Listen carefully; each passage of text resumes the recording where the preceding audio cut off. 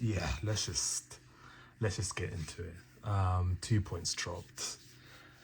I even had my kit on because I thought, let me try and give as little support, as much support as I possibly could. But yeah, that was disappointing. That was very disappointing. From the first minute to the last, we did not look up for that game at all. I think one shot on target did did Keller even look like he was busy tonight at their goal? I mean, the only one he had was towards the end, and Martinelli again. Look, guys, people saying that's a hard chance here, but you have to put it this way, right? You have to anticipate, that ball is gonna land on your feet. His first touch is what lets him down, and it's what lets him down a lot of the time, because his first touch, he doesn't get that ball out of his feet quick enough. And the moment he doesn't get that ball out of his quick enough, Kelleher is instantly quick on off his line, and he cuts that corner and he cuts the angle very quickly, and it makes it so difficult for Martinelli. But that chance is only difficult for Martinelli because his first touch is poor. He doesn't sort his feet out. You know exactly where he wants to place that ball, and if that's the case, he has to position his body a lot sooner than that, because the first touch ultimately killed that opportunity, because your first touch just didn't set yourself off. But I'll be honest, to be honest, Gyökeres, this was actually one of his better games. I actually thought he done a lot of the centre forward work that I've been screaming for him to do, and he's done it well today. He held the ball up, he became a focal point, and any bit of decent attack that we were building actually came from the fact that he held up the ball really well, and he laid it off for Odegaard or whoever was dropping into that little space. And yeah, he actually had one of his better games today, and I actually thought this was one of probably his best game that he's played in an Arsenal shirt for a very, very long time. I think even since he signed, to be honest, because I just thought his hold-up play today was so much better. Like, the ball wasn't bouncing off him, wasn't bobbing off his shin pad, and wasn't travelling 50 yards away from him. Like, the ball was sticking every time he got to him, which is kudos to him. But yeah, that game, to be honest with you, let's just get with the informalities. The referee, I don't know what the hell this guy was on. Like, he was giving away some silly decisions. Like, there was some Brentford that got, I was like, no. There was some we got, I was like, no. And even leading up to their goal, there was a foul on Timber, and then he doesn't give the foul away. But again, that's not an excuse to conceding that goal, because you have a lot of time to set your defensive shape for that throw in. It's a flick on from Damsgaard, I believe, and then Potter heads it home. So yeah, it's disappointing. 2 points dropped, and it's now 4 points. I said in my previous match reactions, this next 2 games will tell me a lot about Arsenal. In the first test, you failed already, because you're coming into this game 3 points behind Man City, and with an absolute mountain to climb, because you're coming up against a tough away game. But that's not an excuse, because City turned up at Anfield in a situation it was either do or die. Literally that, do or die. Beat Liverpool or you're out. And what did they do? They beat Liverpool at their own gaff. And the same situation came to us now. Either beat Brentford or it's 3 points, or beat Brentford, lose to Brentford, or fail to gain on Brentford, then it's -2 points at the very, very least. And this is what's happened. It's funny because 3 or 4 days ago it was going to be 9, it ended up being 6. Now we've lost 2 points, so now it's 4. Now it's 4 points, and I know we got Wolves midweek next week, so there's a chance it could be 7.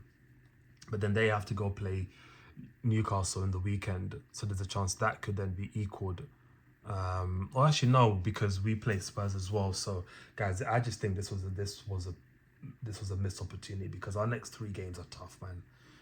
We got Wolves away and Spurs away, and I know Spurs are a bit of a laughing stock here, but you can never discount them on the North London derby. Like, yeah, I just thought today we were poor. I'm sorry, yeah, like I've been defending this guy, yeah, but boy, you're looking every bit a Crystal Palace player right now.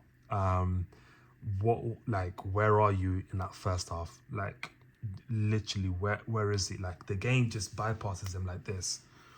Like the thing about Odegaard, people laugh at Odegaard, but at least Odegaard will show up for the ball.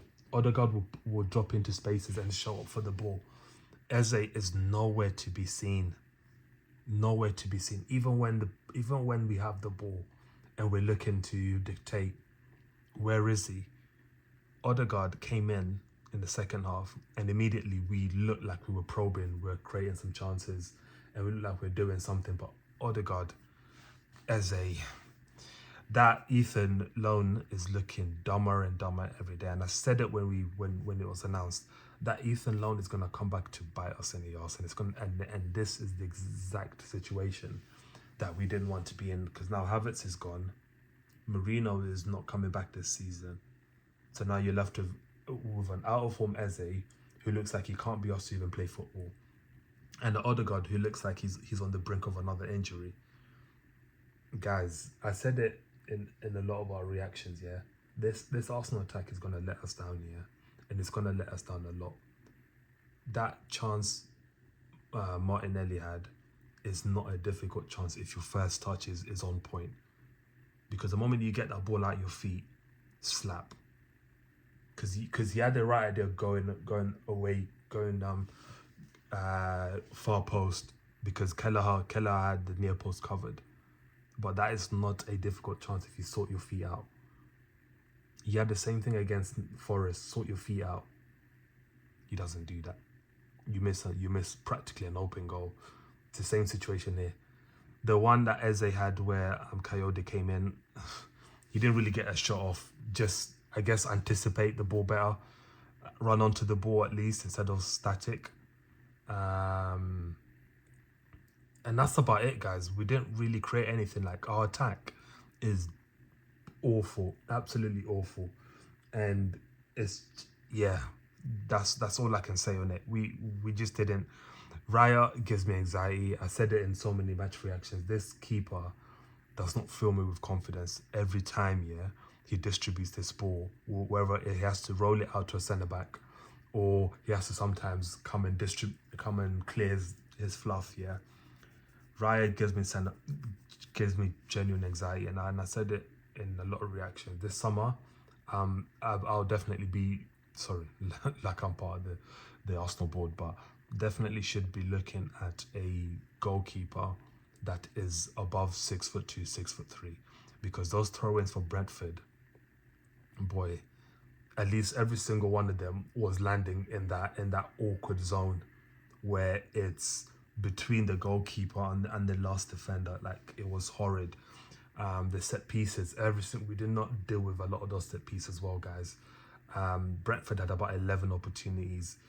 Thiago, yeah, I don't know if he's a secret silver member or something, but there was a lot of chances where I'm looking at that thinking, boy, I'll be fuming if my striker is not converting any of those chances. But we got away with one tonight. We could have been a lot worse than it was. And the thing is, equally, we could have won it right at the end if we had a competent forward who had a decent first touch. I don't think Trossard would have scored that, to be honest. But 2 points dropped, pressure's back on us again. 4 points between now and City. I said it when it was 4 against United. 4 points between now and by the time we play City is going to be awkward. Guys, get your towels in, get your popcorns in, because this title race is far from over. Even at 9 points, I said it's not over. The pressure was on us again tonight, and we fumbled. Every single time we have to play first and regain that lead, we fumble. Every time the pressure is on Arsenal, break like a breadstick. Poor performance, poor overall, poor result, and a poor show for what would have potentially been, a massive 3 points, because you beat them and it's 9 points, and then all of a sudden, I know it's a game in hand, but you'd rather have the points on board. That was poor. That was really poor. Even when we scored, we lost complete control after that, and it just looked like we were in Pluto the whole game. So poor performance. I'm really disappointed at that. Arsenal fix up, because these are not championship performances. Even in that first half, for like 5 minutes in the start, we were probing, and then the rest of that first half, it was just all Brentford. But yeah, that was poor from start to finish, and I don't know where we go from here, because this squad is getting thinner and thinner as we go. Because best believe in the next couple hours, you hear something about Odegaard not fit enough, or he's picked up a nig or a nog, whatever the flip it is, because that goal we conceded is on him anyway. So it's like loses his man in the back post, and then bosh. Yeah, guys, like I said, I want Arsenal to win the league, and I'll stay by that. But logically, I don't think we'll do it. But I'll be yet to be proven. But I'll see you in the next match reaction.